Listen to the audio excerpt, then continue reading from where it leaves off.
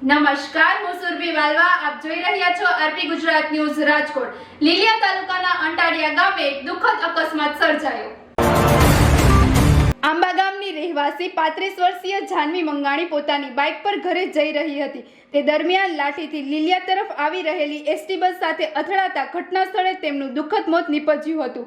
પોલીસે સ્થળ પર પહોંચી જરૂરી કાર્યવાહી હાથ ધરી હતી અને મૃતદેહને લીલિયા સિવિલ હોસ્પિટલ ખસેડાયો હતો.